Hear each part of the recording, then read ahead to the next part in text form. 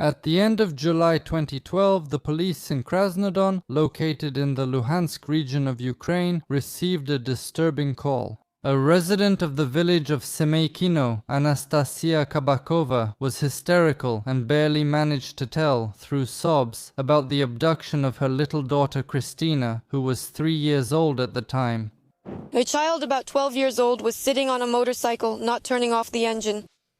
The woman grabbed her hand, threw her in the sidecar, and they sped off on the motorcycle before we could catch up. As it turned out, the Kabakov family had 2 children, 3-year-old Kristia and her very little brother. While the mother was rocking the baby and the father was busy with something in the yard, the older daughter was playing outside right near the house with her 6-year-old friend and neighbor. According to this boy, 3 strangers rode up to them on a motorcycle, a small woman, a large woman, and a man.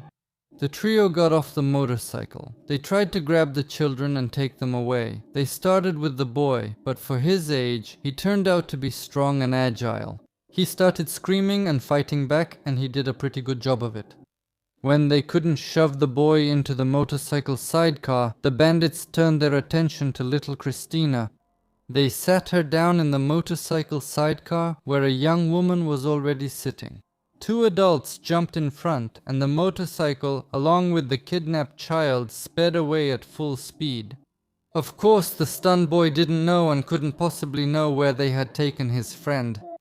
Hearing the commotion raised by Kristina's 6-year-old friend and all the fuss, the girl's father, Yevgeny Kabakov, ran out and rushed after the departing motorcycle, but couldn't catch up. Then the neighbors came to help. They rushed in pursuit in 2 cars. However, even with cars, they couldn't catch up with the criminals. In the end, they lost them.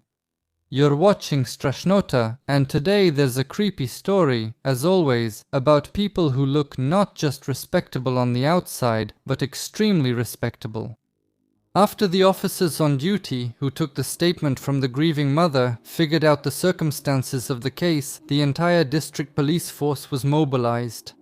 Kristina's 6-year-old friend was carefully questioned, and based on his description, police sketches were made. Bulletins were immediately sent out to all stations and posts. The whole city helped search for the girl. The parents prayed that their little girl was alive. The day before, I had buried my mother, and that evening we returned from the memorial service, recalled Yevgeny, the father of the kidnapped girl who couldn't recover from the stress for several days. In the evening, we were sitting in the yard of the house, and the children were playing outside. I also noticed the noise of a motorcycle coming from the direction of the field. The sound of the engine was unfamiliar to me, but I didn't pay any attention to it. I should have. The Kabakovs lived modestly, so there was no real point in kidnapping their child. There would be no ransom. Yevgeny received a disability pension and worked odd jobs here and there. The mother, Anastasia Kabakova, was on maternity leave with the youngest child. The only luxury the Kabakov family had was an old time-worn motorcycle that Yevgeny repaired in his spare time. Surprisingly, in the case of Kristina's abduction, it was the police who acted clearly and efficiently. But the local residents were not indifferent either. Dozens of volunteers from Ukraine and Russia also helped search for Kristina. Within a day, the entire region was literally turned upside down. All highways in the region were blocked, and missing person bulletins for Kristina were even distributed at the border with Russia. There were about 300 posters with the girl's photo hanging just in Krasnodon. For more than a day, it seemed like the Luhansk district police department didn't sleep at all. They were checking women who had recently given birth and local families raising small children about Kristina's age. And such intense activity turned out not to be in vain. Kristina was found after just 26 hours. She disappeared on July 30th at 9 p.m. and already at 11 p.m. on July 31st, the police, acting on a tip, entered the house where she was being hidden. The investigators were astonished when they learned who the kidnappers were, respected parents of many children who had a good reputation with the authorities. The frightened Kristina was found under a bed, covered with a pile of rags, in the Okley family's house in the village. The owners of the house, a very well-known large family in the area, insisted in unison that the police had simply made a mistake and that the girl they found was their adopted daughter, Liza. But soon Kristina's real parents arrived there as well. When the Kabakovs saw their daughter alive and unharmed, they almost lost their minds, but when they found out what the owners of the house had made up about the child, they were simply stunned by such blatant lies. Svetlana Okley, the mother of many children, seeing that things were taking a bad turn, started trying to wriggle out of it in every possible way, telling a new version of the events. She claimed that back in the winter, 2 of their adopted little girls went missing, that someone had kidnapped the children. And now, whether out of revenge or desperation, she herself decided to kidnap someone else's child. Not bad, right? An eye for an eye, a tooth for a tooth. But there was just one little inconsistency that seemed strange to law enforcement. Why didn't they report their own children missing right away? Why did they wait for half a year? Later, Svetlana changed her story again and said that 2 adopted girls had been kidnapped by some unknown people a year and a half ago. And a child welfare inspection was about to come to their home, and she and her husband were very afraid of that. That's why they decided to take the extreme measure of replacing the missing children with other people's kids during the inspection. As you can see, Svetlana Okley was already contradicting herself and getting confused in her statements, coming up with more and more unbelievable versions of the disappearance of the adopted little girls. When asked the logical official question, why didn't you report the abduction of the children anywhere? Not to the police? Not to the authorities? Svetlana didn't answer anything. She just fell silent, and it was clear that she was frantically thinking about what to say. And then the police officers noticed Ilyusha, who was running around at the adult's feet. After taking a closer look at the boy, the detectives fell deep in thought. The child was all beaten up, dirty, covered in bruises and scrapes, but they didn't even have time to ask him what had happened.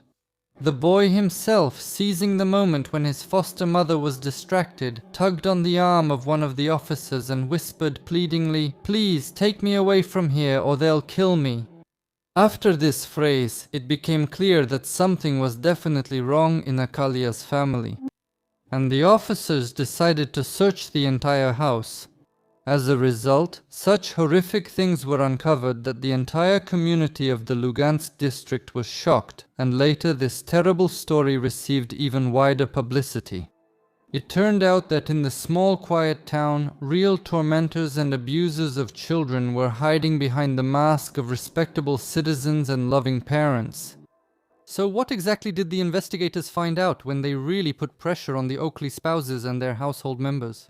And why did the large family need 3 more children from the orphanage when they already had plenty of their own?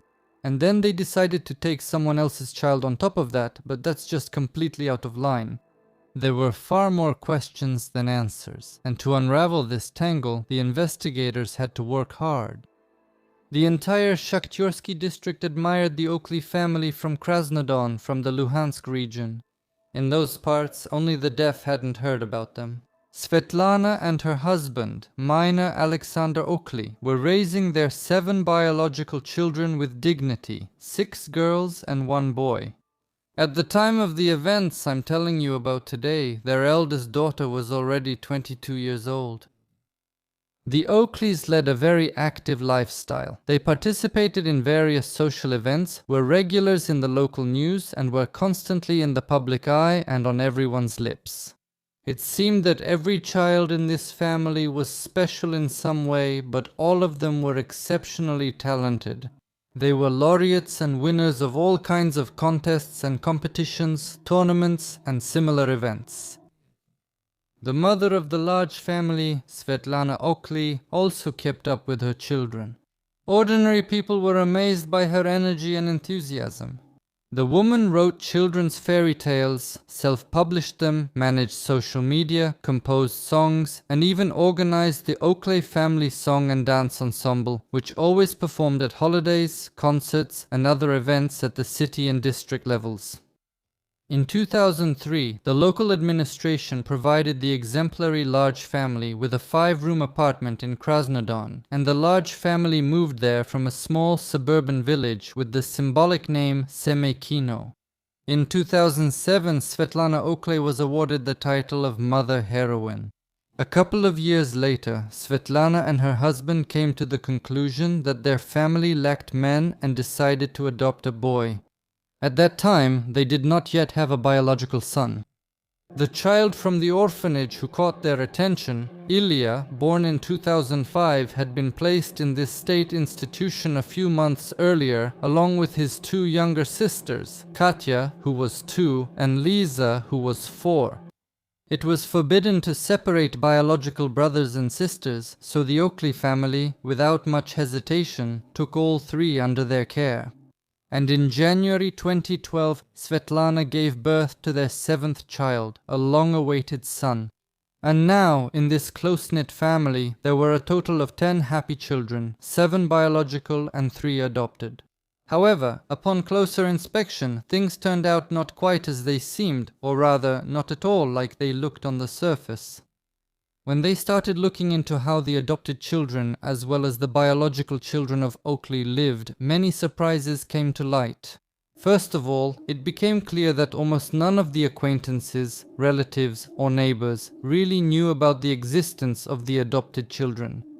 Ilya, the oldest of them, was seen briefly by some, but who this boy was and where he came from, Svetlana never told anyone outside the family. Very few people were ever allowed into their house. But as for the little girls, Katya and Liza, it was as if they didn't exist at all. Of course, the neighbors often heard screams, shouts, dull thuds, and children's crying, but they tried not to pay attention. Who knows what goes on in someone else's family and who wants to get involved? The little ones weren't enrolled in kindergarten, weren't taken out for walks anywhere, and after being adopted, the girls hadn't even been to the local clinic once. But the local authorities weren't at all bothered by the situation with the children adopted by the Okley family. For some reason, the guardianship authorities weren't in a hurry to visit the foster family for scheduled inspections. Later, this was explained by saying that Svetlana supposedly didn't let them in, didn't open the door when they knocked and rang the bell. But no documents, like an inspection report or any other required paperwork, were ever drawn up. And information about the situation in the family was also not sent from the guardianship office to the juvenile police department. She was too famous, as they later said in the Krasnodon City Executive Committee, or at least she considered herself to be, a real star no less. The family really was held up as a model family in the city, so it received a lot of attention. They were always given gifts, and the children spent their vacations at Artek. Svetlana Okley never thanked any officials for the assistance provided, nor did she thank them for the vouchers, financial payments, or other incentives. Most likely she believed it was our duty, and that no matter what we did, we still weren't giving them enough. A strange family. That's how many neighbors used to describe the Okley family back when they lived in the apartment building. They have a lot of children, but you rarely saw them in the yard or on the playground. They almost never went out to play like other kids. Even when their last baby was born, no one ever saw anyone from that family out walking with a stroller. Their children, even if they happened to appear outside, walked around like shadows and didn't even say hello, they just walked by. Svetlana didn't like to say hello either. After adopting the trio of little ones, the Okley family, as before, actively participated in community life. The children from this large family sang and danced everywhere. It seemed like the family managed to be everywhere at once. The adopted older boy also joined the family ensemble. He was also occasionally seen at city events. But no one ever saw his younger sisters. Svetlana called me once and said she needed some advice. Elena Trofimenkova, a district nurse at the Krasnodon Children's Hospital, told reporters. Then Svetlana came with the boy. It was the year 2011. I know all the children from the family very well. The whole time they've been living in Krasnodon, I've been visiting them. But this was a child I didn't know. Svetlana told me that she adopted him and doesn't want anyone else to know about it. She said she wants the boy to get used to things so that people don't point fingers at him or traumatize him. We made a new medical record for him. They gave him a vaccination and then they came a couple more times.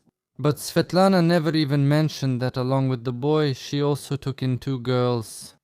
No one even knew about this. Neither the neighbors in their apartment building, nor the families living nearby in the village, where the Okley family had an old house they used as a summer cottage, saw the new girls. All the neighbors unanimously claimed that even Svetlana's own children never left their yard without her. They didn't let their own children out at all. They forbade them to walk alone. There was just this boundary for them, that's it.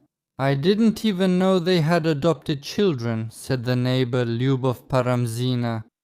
That's how the neighbors, who had lived next to the Okley family for many years, only realized in 2012, after the couple was arrested, that they didn't know anything at all about these well-known people. Ничего. The family seemed completely respectable. The children were always neat and looked well. But at the same time, the Oakleys always lived very privately, hardly talked to anyone, didn't maintain friendly relationships, and didn't even greet their closest neighbors. Lydia Naumovna, who lived on the neighboring plot in the Semikino settlement, her house and the Okley family's house were separated only by a fence, told journalists.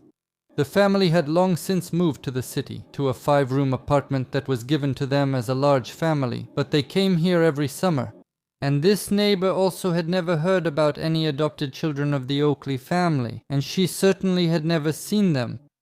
And how did those 2 little girls live? And why was the very fact of their existence so carefully hidden by the family?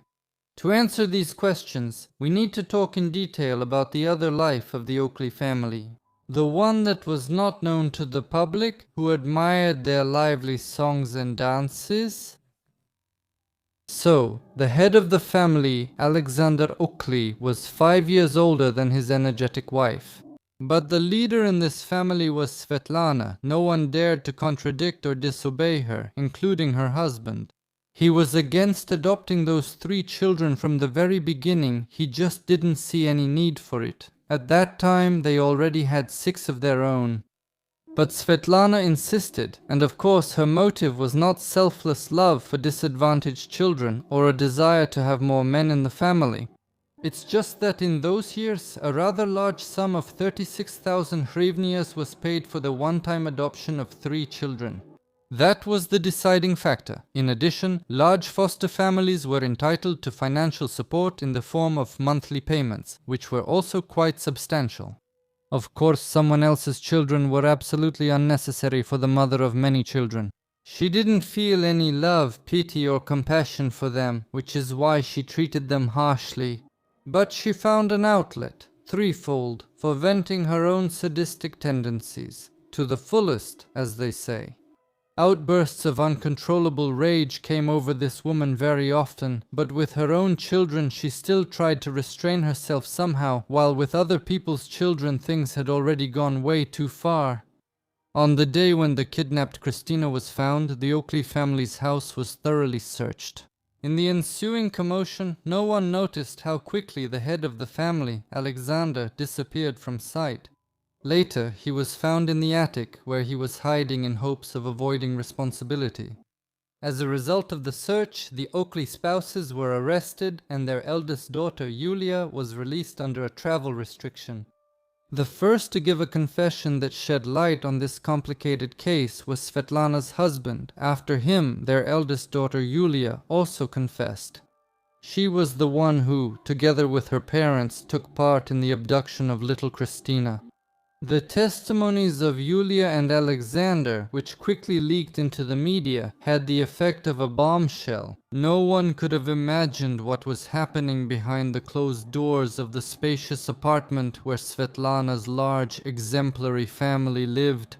The shocking truth about the real nature of the woman who hid behind the mask of a loving and successful mother of many children stunned everyone. It turned out that in everyday life, Svetlana was a real tyrant and abuser, and she didn't let anyone off the hook, not her husband, not her children. She took the worst of her sadistic tendencies out on her adopted children. She also beat and bullied the others, but a little less. And she threatened that if they disobeyed in any way, or even dared to make a sound or tell anyone, they would be in serious trouble. And these threats were definitely not just empty words. As the older children began to say during interrogations, finally getting a chance to speak out, at times their monstrous mother simply lost all semblance of humanity. For the slightest misbehavior, the children were mercilessly beaten, most often by Svetlana and sometimes by Alexander, and then made to stand in the corner. Beaten and standing as punishment, they couldn't groan from the pain or move. And God forbid they break this rule set by their sadistic mother.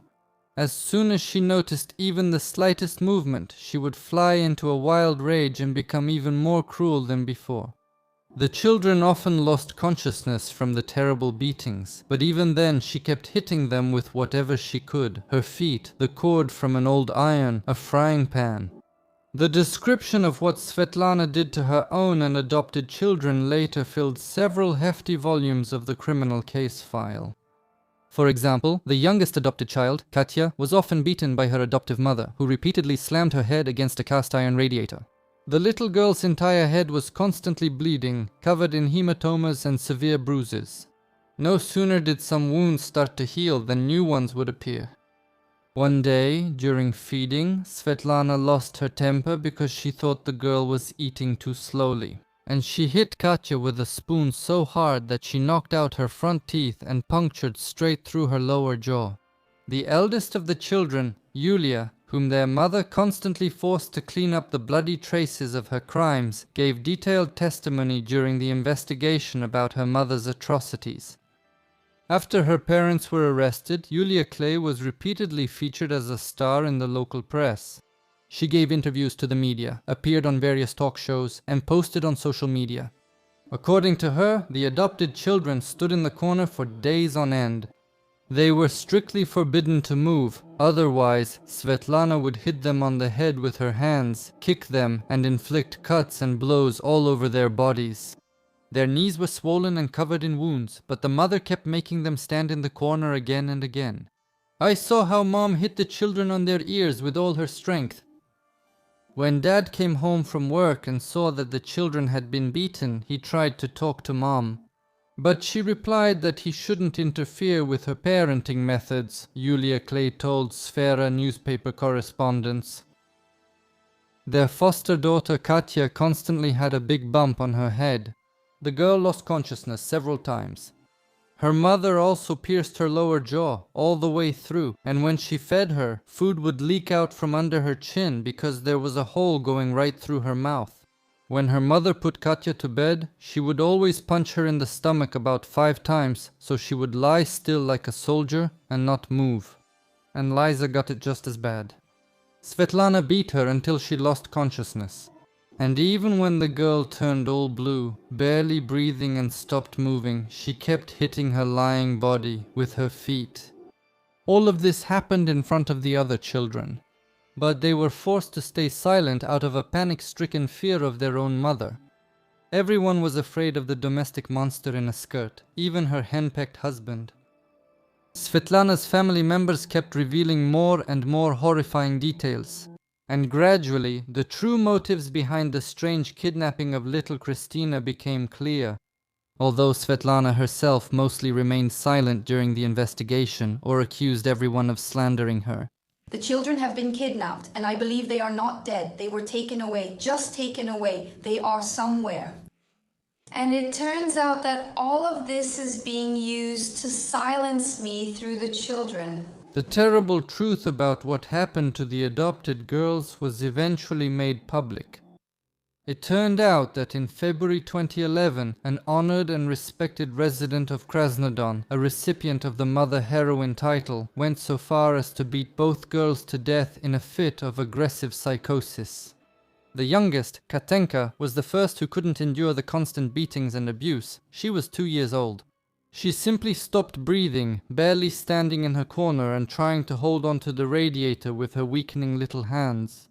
When Svetlana saw that Katenka was lying on the floor instead of standing as she had been told, she flew into a rage and kicked the little girl with all her strength. That's how the older Yulia described the death of her adopted sister. And when she realized that the girl had died, she cursed foully and with all her strength threw the child's motionless body to the other end of the room. After calming down a bit, Svetlana flat out ordered her husband and eldest daughter to take the girl's body to a nearby village where they had a summer house and destroy it there. Her husband and daughter obeyed the despotic relative without question, as they always did. They put the child's small body into a shopping bag and took it out of the apartment at night. Together, they took it to the dacha on a motorcycle with a sidecar where they burned it to ashes in a metal barrel that was usually used for burning trash. Here is a fragment from an interview with Andrei Pasechnik, assistant to the Chief for Public Relations and Media of the Krasnodon District Police Department of the Ministry of Internal Affairs of Ukraine in the Luhansk region. It took them 4 hours to do this, until there was no trace left of the body. None of the neighbors in the settlement saw or heard anything unusual. Trash was burned there all the time, so people didn't find anything out of the ordinary about it. And 9 months later, while pregnant with her son, Svetlana beat to death the eldest of her adopted daughters. She smashed a plate over her head and then started hitting her body and head. The girl was crying, screaming, and then collapsed unconscious on the floor, but that didn't stop her adoptive mother. She beat her to death with unprecedented ferocity, kicking her with all her strength. After taking a life for the second time, Svetlana, without any remorse for what she had done, once again ordered her husband and daughter to get rid of Liza's body. This time, for some reason, the child's body was not burned, but buried after being wrapped in a canvas bag, and they went on living as before. That's why no one ever saw the adopted girls. The new mom got rid of one of them just over a month after the adoption, and the second one lasted a bit longer, almost 11 months. When the circumstances of Katya and Liza's deaths were made public, the residents of the Luhansk district kept asking the same question: where were the child welfare authorities? As Andrei Pasechnik, who was already mentioned, told journalists, the staff of the Guardianship and Trusteeship Service of the Krasnodon City Executive Committee did not bother to check even once in a year and a half how the adopted children were living in their foster family. And according to Ukrainian law at that time, supervision of children in adoptive families, including visits to their place of residence, was supposed to be carried out at least once a year during the first 3 years. The supervisory authorities eventually admitted that they had failed to keep an eye on things. The Okley family seemed so prosperous on the outside that this fact literally lulled the officials into complacency. Who could have thought that a mother repeatedly honored with the mother heroine title was capable of something like this? They just shrugged. The head of the local administration's Children's Affairs Service, Raisa Rodina, reasonably told journalists, "I do not absolve social workers of responsibility. Of course, this is our fault. We have concluded that we need to check more thoroughly." But after all, everyone saw this. The neighbors, the district police officer, even the pediatrician. But for some reason, no one raised any alarms. It's quite possible that the social workers didn't want to travel from the center to the village to make sure the children were okay when they were living at the dacha. And for some reason, they also didn't check on the children in the city apartment. However, the oddities don't end there. The investigation established that the children, who were already dead at that time, were successfully vaccinated in May 2012 according to the vaccination schedule. Certain conclusions about the successful work of healthcare employees immediately come to mind. But in July 2012, the guardianship officers apparently finally remembered their official duties and called Svetlana Okley, informing her that they were planning to come for an inspection. This call became the starting point for the clever plan that formed in Svetlana's mind. She came up with the following: since it was impossible to show the inspectors the real girls, she needed to find a suitable replacement for them somewhere. Otherwise what? Prison. And for some reason Svetlana had no intention of going to prison. Besides, a successful inspection would guarantee that she would continue to receive social benefits for the already deceased children. What the Okley family planned to do with the kidnapped children afterwards is unknown. Presumably, they would have remained forever as duplicates of the dead girls, unless, of course, they met the same terrible fate. This is how the kidnapping of little Kristina was organized, in order to replace one of the dead girls with her. Later, Svetlana planned to find a second little girl somewhere. Who in the guardianship authorities would really look that closely? There's a child, and that's all that matters. Especially since little children often change almost beyond recognition as they grow older. The kidnapping of children was carefully planned by Svetlana. She personally walked the streets of nearby villages looking for suitable children, so that no one would recognize her since she was almost a celebrity in these parts. The woman tied a scarf low over her head, and her husband Alexander and their daughter Yulia rode around the area on a motorcycle. Soon they found a suitable place in the very village where they once lived themselves. On the outskirts of Semekino, there was a street called Yamovskaya, and just beyond the bend, a field began. Local kids always gathered here in the open space. You couldn't think of a better place for a kidnapping. Ride out from around the corner on a motorcycle, shove the kid into the sidecar, and speed off into the field. Kristina Kabakova was chosen by chance. She just happened to be in the wrong place at the wrong time. But here's what's strange about this story. Why did the Okley first want to take a 6-year-old boy if they needed girls specifically to replace the deceased Liza and Katya? The investigation also had to find answers to this question. It wasn't easy. Svetlana herself behaved not only very calmly, but even defiantly. She constantly tried to convince everyone that the case against her was fabricated, that she was innocent. And I must say she did it very convincingly. If it weren't for her relatives, who gave completely different testimonies, the position of a well-known and respected mother of many children could have even led the investigation to a dead end. But Svetlana's husband, Alexander, by his own admission, could no longer stay silent. He had kept it all inside for far too long. He is short and gives the impression of a confused, downtrodden person, one of the investigators told reporters. Apparently, the mother was the one in charge in the family. By the way, she still hasn't confessed to anything and insists that someone kidnapped the girls who lost their lives. And that's despite the fact that we have identified the burial site of one of them. The Klee case caused a huge public outcry. People discussed it in their homes, in stores, on the streets and benches, in the press, and on social media. The family gained international notoriety.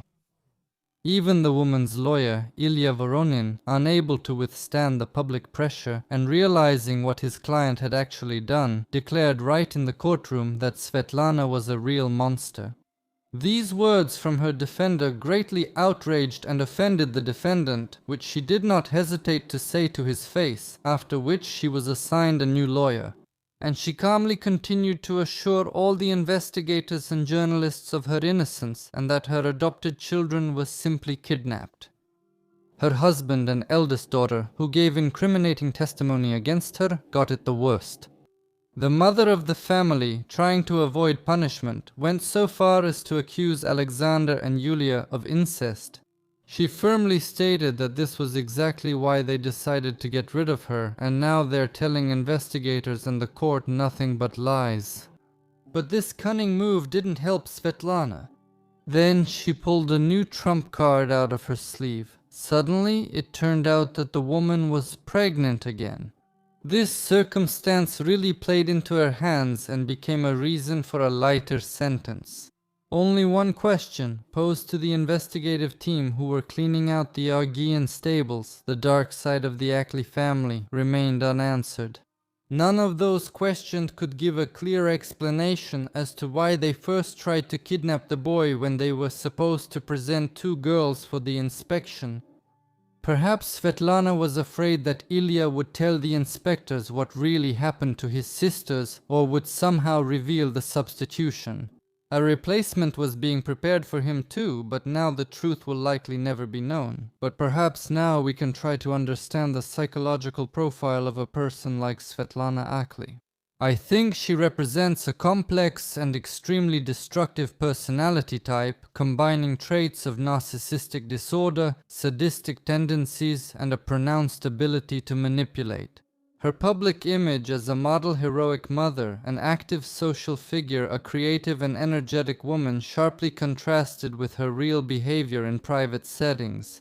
This indicates a deep duality and a high level of control over outward impressions, which is characteristic of dissociative personality disorders. The motivation behind her crimes cannot be reduced to simple greed or everyday cruelty. Undoubtedly, the material benefit of receiving government payments for adoption was one of the incentives, but the key factor turned out to be the opportunity to act on sadistic impulses with impunity. The adopted children, socially isolated and deprived of protection, became ideal targets for her abuse, unlike her biological children, whom she still spared to some extent. Her behavior during the investigation and trial demonstrates a high level of manipulativeness. She consistently changed her testimony and tried to shift the blame onto her husband and daughter, even making absurd accusations of incest. Pregnancy at the time of the trial is another tactical decision aimed at mitigating the sentence. This speaks not only of cynicism, but also of a deep understanding of the system's weaknesses. At the same time, Svetlana Okley is completely devoid of empathy and remorse. Even after being exposed, she continued to insist that she was not guilty, accusing those around her of conspiring against her. Her cruelty was systematic, almost ritualized. Regular beatings, forced immobility, torture using household items. This indicates a persistent pattern of violence that goes far beyond situational aggression. It is important to note that her leadership position in the family and the suppression of her husband's and older children's will turned the home into a closed totalitarian system where her will was the law. This allows us to speak of her not only as an individual offender, but also as the architect of a system of domestic violence. Thus, Svetlana Okley is an example of a charismatic but deeply antisocial personality type, capable of maintaining the illusion of well-being for a long time while simultaneously committing monstrous crimes.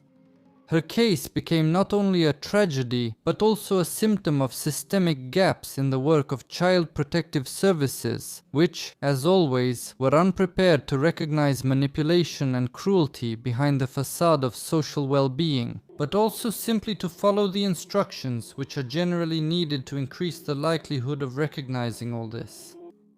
The forensic medical examination found the woman honored as a mother heroine who beat 2 adopted children to death to be sane. Svetlana Okley was sentenced to 15 years in prison instead of life imprisonment, which the prosecution had insisted on. Alexander and Yulia, who helped their mother and wife cover up the terrible crimes, each received 4 years. Moreover, Yulia Okley, like her mother, received a 3-year postponement of her sentence because she was also found to be pregnant. As you can see, the female side of the Okley family thoroughly prepared for the upcoming court proceedings. A criminal case was also initiated against the child welfare officers for official negligence. Some social protection officials also received a couple of years in prison, but only as suspended sentences or with delayed enforcement. In 2013, both Svetlana and Alexander Okley filed appeals through their representatives, but the higher court did not grant them. What happened to the child that Okley was pregnant with at the time of the verdict is unknown. Nothing at all could be found about this. That's how 2 children's lives, taken after the kids suffered terribly, almost went unpunished for everyone involved. And even the key figure in the criminal case, the bloody mother heroine, as she was aptly called in the city later, got off with almost the minimum sentence for such crimes, and on top of that, with the possibility of early release for good behavior. None of Svetlana and Alexander's children were present at the sentencing. 4 of them, who were underage, were sent to an orphanage in the Luhansk region. Adopted Ilya, the only survivor among the 3 whom the Okley family took from the orphanage, ended up there again as well. None of Svetlana and Alexander's adult children wanted to take custody of their younger sisters, and as the staff at the colony where Svetlana is serving her sentence later said, not one of the children ever visited their mother. According to the latest information, in just 2 years, in 2027, Svetlana may be released on parole. And what do you think about this case? Leave your comments, like or dislike, and watch other videos on the channel right now on the end screen.